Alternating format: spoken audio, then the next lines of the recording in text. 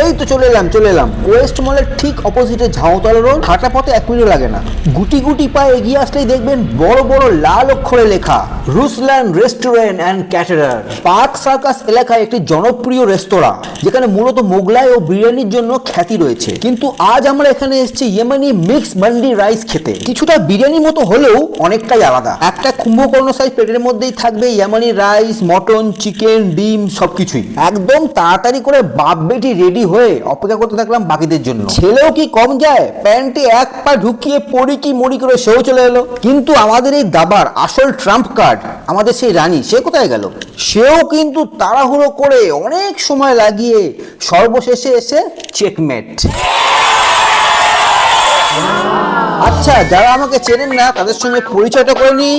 আমি একজন শান্তশিষ্ট পত্নীনিষ্ঠ ভদ্রলোক, আর হ্যাঁ, আমার নাম অমিত, আর আপনারা দেখছেন আমার ফ্লগ শো। আজকে উবের অ্যাপসে গাড়ি বুক করার সাথে সাথে চলে এলো গভর্নমেন্ট অফ ইন্ডিয়ার তরফ থেকে একটা বড় 7 সিটার এসইউভি। আরে বাপ রে বাপ, কি বলবো, গাড়িতে উঠেই মনে হচ্ছে সরকারি অফিসার চলেছে।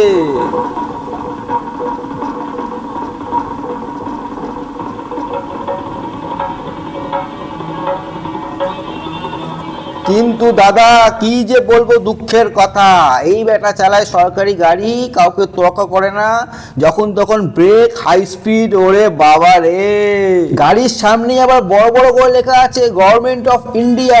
আশেপাশের লোক আর কিছু বলতে পারছে না। আর এই কেলটুদা এমন একটা রোলার কোস্টার চালালো, বাপ রে বাপ, আমার মেয়ে তো লাস্টে বমিই করে ফেলেছে। গাড়িটা বেসিক্যালি সেন্ট্রাল গভর্নমেন্টের আন্ডারে ভাড়া খাটে, আর যখন একটু খাটু সময় পায় তখন ওলা বা উবেরে অ্যাপসে গিয়ে সে নিজে গাড়ি চালায়। আর আমাদের ড্রপও করেছে নিয়ে গিয়ে সেই পাকশা গাছের মোড়ের মাথায় গিয়ে। गौर से देखिए इस कमीने को। সেখান থেকে 10 থেকে 15 মিনিট আমাকে হাঁটাহাঁটি করে সেই আমাদের গন্তব্যস্থলে আসতে হয়েছিল।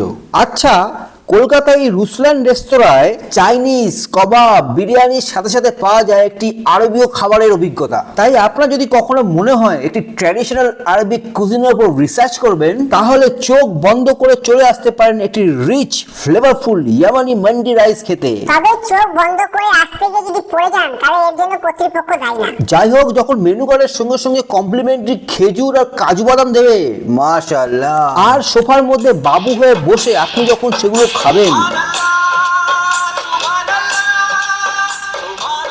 মানে যে একটা আরবিয়ান ভাইব, নিজেকে কেমন যেন একটা ইয়াল্লা হাবিবি মনে হয়। আর এই রেস্তোরাঁটা দিন 12টা থেকে সকাল 4টে পর্যন্ত খোলা থাকে। মানে রাতের ক্ষুধা মেটাতে একটি পারফেক্ট স্পট। এই চুপ কর তো, পক পক পক পক করতেই থাকে। আচ্ছা, যাই হোক, যেটা বলছিলাম আর কি, রসালো কাবাব থেকে শুরু করে সুগন্ধি বিরিয়ানি এবং এখানকার সিগনেচার মান্ডি, হায় হায়, that promises a culinary journey like no others. তাই কোনো একদিন প্ল্যান করে চলে আসতে পারেন for the taste of Arabia in heart of Kolkata. কিন্তু আমার একটা সাজেশন থাকবে, আপনি যদি কোনো সময় এখানে আসেন তাহলে আসবেন দুপুরে লাঞ্চ করতে। আফটার ইভিনিং এখানে একটু রাশ থাকে, হয়তো আপনাকে একটু ওয়েটিং এ দাঁড়াতে হতে পারে, বা আপনি যখন খাবেন পেছনে দেখবেন 4 জন আরো দাঁড়িয়ে আছে। আর লাঞ্চে এলে হাত পা ছড়িয়ে সোফার মধ্যে শুয়ে কবজি ডুবিয়ে আরামসে খাওয়া দাওয়া করতে পারবেন। এবার আপনারা যেটা ভালো বোঝেন সেটাই করেন, সিদ্ধান্ত কিন্তু একান্তই আপনার। আমরা খাবারের অর্ডার দেওয়ার পর ঝাঁপিয়ে পড়লাম সেই ফ্রিতে, মানে কমপ্লিমেন্টারি খেজুর আর কাজুর ওপর। এইগুলো বলাতে লজ্জার কিছু নেই, জানেন তো, এই নিম্ন মধ্যবিত্ত মানুষ, ফ্রিতে পাওয়া মাল ছাড়া যায় না। আর তারপর মেতে উঠলাম ফটো সেশনে, ভিডিও তোলাতে। একদম ফুল মস্তি নিচ্ছি বস, যেন মনে হচ্ছে আমরা এখানে ফটো তুলতে এসেছি। আবার কবে আসবো না আসবো, পকেটে টাকা হবে না হবে। খাওয়াটা আসার পর আমাদের ভ্রমটা ভাঙলো। আরে মান্ডি, তাই তো, আমরা তো এখানে মিক্স মান্ডি খেতে এসেছি। সিটিং অ্যারেঞ্জমেন্টের পরিবেশটা, ওহো, with all ultra precious ambience. আমাদের মেন অর্ডারটা ছিল মিডিয়াম সাইজ মিক্স মান্ডি।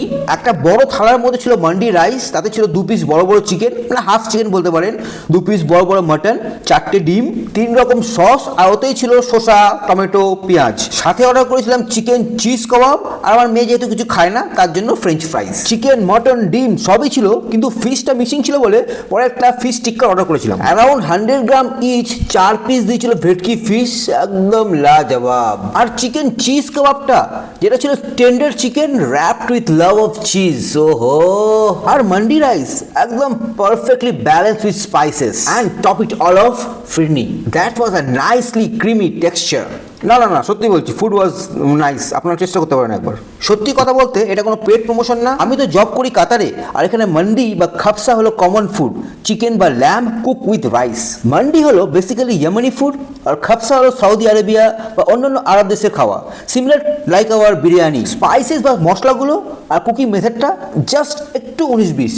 আমি ফুল মেনুটা দিয়ে রাখলাম, যদি কোনোদিন আসেন একটা হোমওয়ার্ক করে নেবেন, সুবিধা হবে। বিকালে আমাদের প্ল্যান ছিল মিলেনিয়াম পার্ক যাবার, কিন্তু এই ধরনের হেভিওয়েট খাবারের পর আপনি যখন নরম বিছানা পাবেন সেখান থেকে নড়তে আপনার একদম ভালো লাগবে না। কিন্তু তারপরও বউয়ের আবদারে গাদা গাদা ছবি আমাকে তুলতে হয়। কারণটা তো প্রথমেই বলেছিলাম। বুঝলে অবলাকান্ত, আমি একজন শান্ত শিষ্ট পত্নীনিষ্ঠ ভদ্রলোক।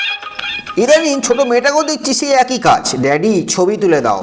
পরিবারের ছোট ছোট ইচ্ছেগুলোকে পুরো করতে আমারও কিন্তু বেশ ভালোই লাগে। যাই হোক, আরব দেশে নিয়ে এসে মান্ডি বা খাপসা খাবার থেকে কলকাতায় মান্ডি খাইয়ে পকেটটা তো আমার বাঁচলো, গোটা 500 নয় ছবি তুলেই দিলাম। তারপর সেখান থেকে হাঁটি হাঁটি প্রায় কোয়েস্ট মেনে আসলাম। প্রধান উদ্দেশ্য ছিল একটু calorie burn, but the food was really nice. আমরা যে খুব হেভি ফিল করছিলাম, খুব অয়েলি ছিল, সেরকম কিছুই না। এই দুপুরে মিলেনিয়াম পার্কটা অ্যাভয়েড করছিলাম আমরা সম্ভবত, জাস্ট একটু রিফ্রেশ, একটু হাঁটাহাঁটি, একটু কফি, তারপর রোদটা অল্প পড়তেই আবার সেই উবের করা হলো। আর এখন আমাদের নেক্সট গন্তব্য হলো মিলেনিয়াম পার্ক।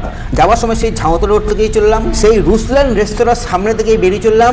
পরিকল্পনা ছিল মিলেনিয়াম পার্ক, কিন্তু সেখানে পরিবার নিয়ে কিছু করার নেই। কিন্তু এই সন্ধ্যাটা আমরা পেলাম এক নতুন অভিজ্ঞতা, যেটা নিয়ে ডিটেলস একটু গল্প সল্প করবো, কিন্তু আজকে না।